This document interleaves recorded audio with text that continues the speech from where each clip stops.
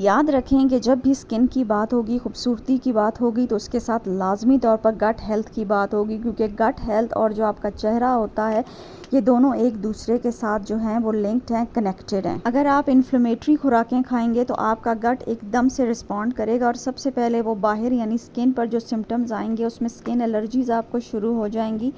साथ ही आपकी skin sensitivity जो है वो बढ़ जाएगी, पिगमेंटेशन कॉमन है, एक्नी शुरू हो जाएगी, open pores, oily skin, facial hair, eczema, psoriasis, ये सब क्या है? बेसिकली ये गट इन्फ्लेमेशंस हैं, पर लोग इस पर ध्यान नहीं दे रहे हैं और स्किन के ऊपर प्रोडक्ट्स लगा रहे हैं, इसलिए वो सब बेकार हैं। इसलिए आप जितनी मर्ज़ी स्किन प्रोडक्ट्स लगा लें या जितनी मर्ज़ी ट्रीटमेंट्स ले लें या फिर घर में बैठकर ऊट पटांग टोटके कर लें, इनसे कुछ भी नहीं होने वाला।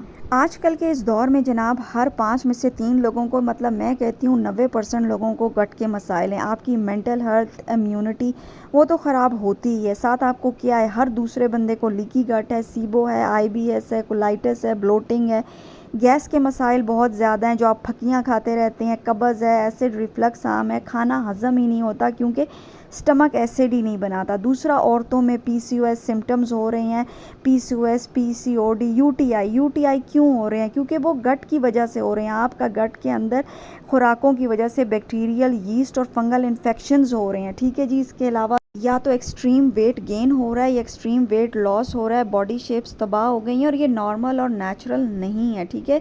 इसके पीछे आपका गट है, इन्फ्लेमेशंस हैं। इसके अलावा थायराइड सिम्टम्स बहुत ज़्यादा हैं, हाशिमोटोज़ हो रहा है, हर एक बंदे का मेटाबॉलिज्म स्लो हो रहा है, हार्ट के मसाइल हैं, कोलेस्ट्रॉल बहुत ज़्यादा, हार्ट स्ट्रोक, हार्ट अटैक के रेट बढ़ चुका है, इंसुलिन रेजिस्टेंस जिसकी वजह से आपको डायबिटीज़ हो रही है, आपका वेट गेन हो रहा है और फैटी लिवर जो है ये हर एक को है, ठीक है जी। ये मैं आपको बताऊं, आपकी खुराकों ने आपके गट को तबाह कर दिया है, जिसकी वजह से आपको हार्मोनल इम्बैलेंसेस ये मर्दों औरतों दोनों में आम हैं और हो रहे हैं और ये रुक नहीं रहे हैं। आज की वीडियो में मैं आपको बुरी नहीं बल्कि वो बदतरीन खुराकें बताऊंगी जिन्होंने आपकी पूरी बॉडी के सिस्टम को तबाह कर दिया है और अल्टीमेटली आपकी स्किन को नुकसान पहुंच रहा है। इसमें पहले नंबर पर जनाब आता है डेयरी। आपका डेयरी खास तौर पर दूध, दही, पनीर। आजकल गायें भैंसों को जो हार्मोन्स और जो ग्रेन्स खिलाए जाते हैं वही हार्मोन्स उनके दूध, दही, पनीर में होते हैं, जिसकी वजह से छोटी बच्चियों, औरतों में, बड़ों में,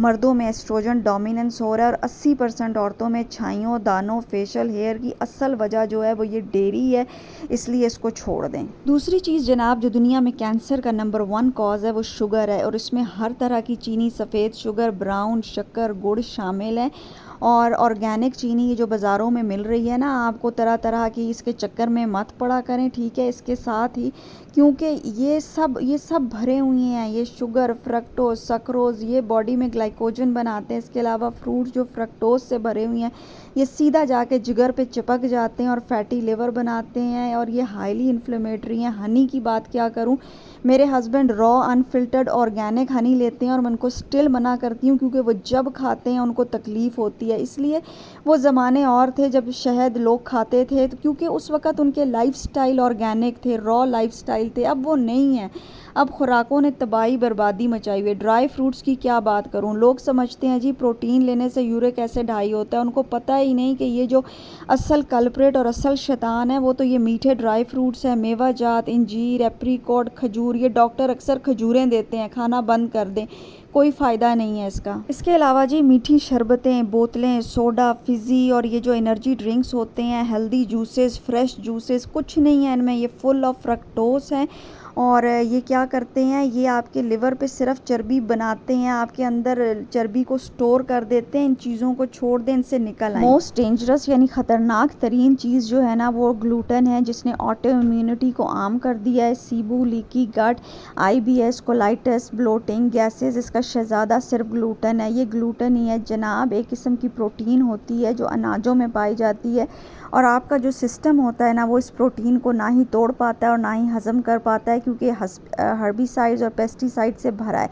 इसमें वो तमाम स्टार्चेस भी शामिल हैं। कॉर्न यानी मकई गट के लिए हाईली इन्फ्लेमेटरी, टॉक्सिक है, इसलिए छली खाना, उसकी रोटी बनाना और कॉर्नस लेना बंद कर दें।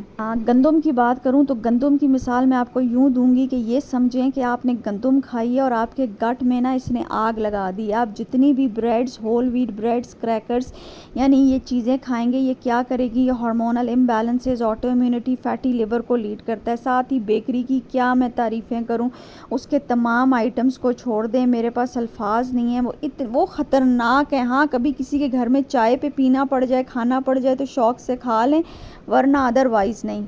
अगला नंबर आता है जी रिफ़ाइंड ऑयल्स का। इसके इस्तेमाल के बारे में मैं ये कहूँगी कि अगर आप ज़िंदा रहना चाहते हैं, आपको शौक़ है ज़िंदा रहने का और अपने बच्चों के भी बच्चे खिलाना चाहते हैं, तो रिफ़ाइंड ऑयल्स के बारे में मत सोचें। मैं आपको बताऊं, मेरे एक कज़न पाकिस्तान का एक बहुत बड़ा लीडिंग ब्रांड है ऑयल और घी बनाने वाला, वहाँ पर प्रोडक्शन मैनेजमेंट में वो थे और उन्होंने बताया कि वो घर में कभी भी वहाँ का या कोई भी ऑयल नहीं लाते थे, क्योंकि वो कहते थे कि इतने ख़तरनाक होते हैं, इसमें इतने केमिकल ब्लीचेस और इनको इतने प्रोसेसेस से गुजारा जाता है कि निरी मौत है, मतलब आप मर जाओ ये खा के।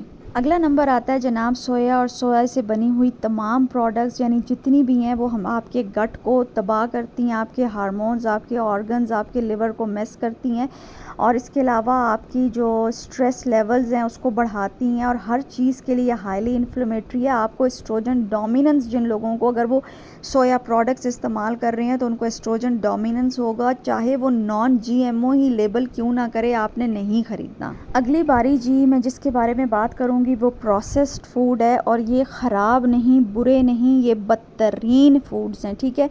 कुछ टाइम पहले मेरी सिस्टर है, उसके स्कूल में जो है ये नोटिस आ गया था कि कोई भी बच्चा, लड़का या लड़की जो है, अगर इस तरह के प्रोसेस फूड्स जैसे ये सॉसेजेस होते हैं, नगेट्स होते हैं, चिकन बर्गर्स होते हैं, वो लेकर आए। इवन मेरे बच्चों के स्कूल से भी ये ऑर्डर आया था कि नहीं लाने हैं, बल्कि वो लंच वापस करा दिए गए थे। जैसे चिप्स होते हैं, पैकेट्स वाले होते हैं, इस तरह की जो सॉसेज होती हैं, वो इसलिए क्योंकि बच्चों में चेक किया गया कि लड़के और लड़कियों में एस्ट्रोजन डोमिनेंस बढ़ रहा है। बच्चियां, मतलब यार 10-10 साल की बच्चियां जवान हो रही हैं, उनको पीरियड्स हो रहे हैं, 12 साल की बच्ची के ब्रेस्ट इतने हैवी हो रहे हैं, क्यों हो रहे हैं?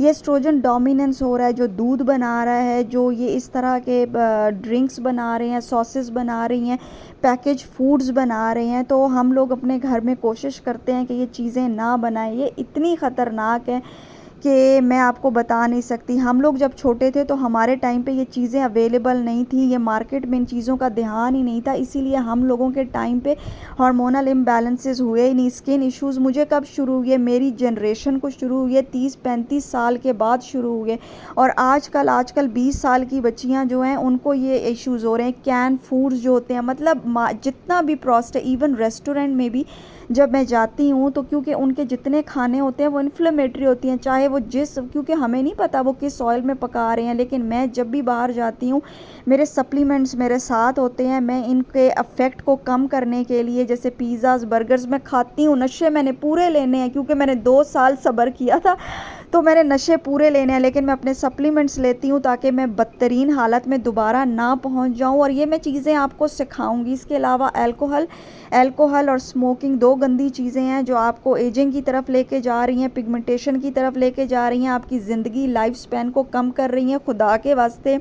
अपने बच्चों पर, बीवियों पर रहम करें, उनके साथ ज़िंदगी गुजारें, अच्छी गुजारें। तो इसलिए जनाब, अगर स्किन को अच्छा रखना है, खूबसूरत रखना है और ज़िंदगी भर जवान रहना है, मतलब बूढ़ा तो होना ही है, तो फिर अपनी स्किन को ठीक करने के लिए गट पर तवज्जो दें। गट ठीक होगा तो यूँ समझें आपका जिस्म भी ठीक होगा, आपकी स्किन भी ठीक होगी, आपकी लाइफ भी ठीक होगी। उम्मीद करती हूँ जी आज की वीडियो आपको पसंद आई होगी। अगली वीडियो में फिर मिलेंगे, तब तक के लिए शुक्रिया, खुदा हाफिज़ और अल्लाह नेगेबान।